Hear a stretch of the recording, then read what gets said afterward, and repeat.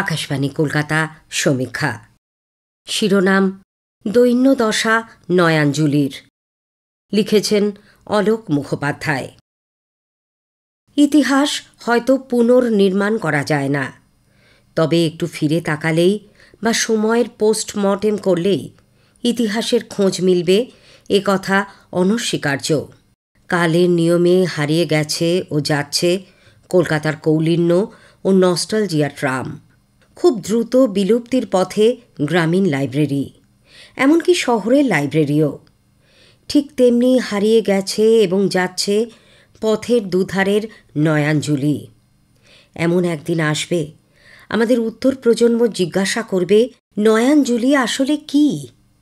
হরিচরণ বন্দ্যোপাধ্যায়ের বঙ্গীয় শব্দকোষ অনুযায়ী বলা যায়, মাটি খুঁড়ে রাস্তা তৈরি করার পর রাস্তার দুপাশে যে খাল তৈরি হয় সেটাই নয়াঞ্জলি। আবার কারো মতে রাস্তার দুপাশে সরু ড্রেন বা নিকাশি নালা হল নয়াঞ্জলি। বৈজ্ঞানিকভাবে গ্রামীণ বা মফস্বলের রাস্তা সামান্য কচ্ছপের পিঠের মতো হয়, যাতে রাস্তার জল দুপাশের নয়াঞ্জলি দিয়ে নিকাশিত হয় বা জমে কৃত্রিম জলাশয় তৈরি হয়।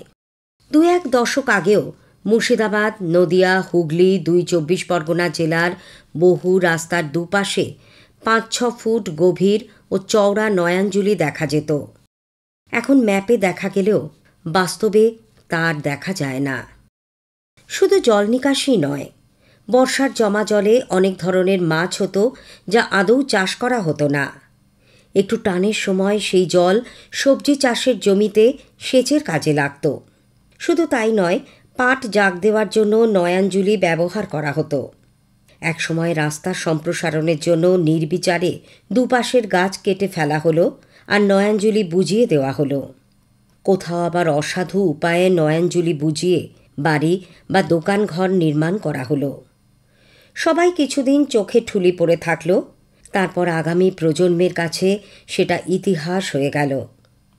এখন তো আর পাট জাগ দেওয়ার জন্য এরকম জলাশয় পাওয়াই যায় না। পাট জাগ দিলে জলে গন্ধ হয় ঠিকই, তার জন্যই গ্রামের বাইরে রাস্তায় নয়াঞ্জলিতে পাট জাগ দেওয়া হতো। এখন এমন অবস্থা যে একজনের জাগ শেষ হলে তবেই অন্যজন পাট জাগ দিতে পারেন। খনার বচনে আছে, পূবে হাঁস পশ্চিমে বাঁশ। এই নীতিতেই একসময় নদিয়া, মুর্শিদাবাদ জেলার মানুষ ঘরবাড়ি নির্মাণ করতেন। যাদের পুকুর ছিল না তারা নয়াঞ্জলির জল ব্যবহার করতেন। এই জলে বর্ষায় খোলসে, পুঁটি, ট্যাংরা, শোল ইত্যাদি মাছ পাওয়া যেত।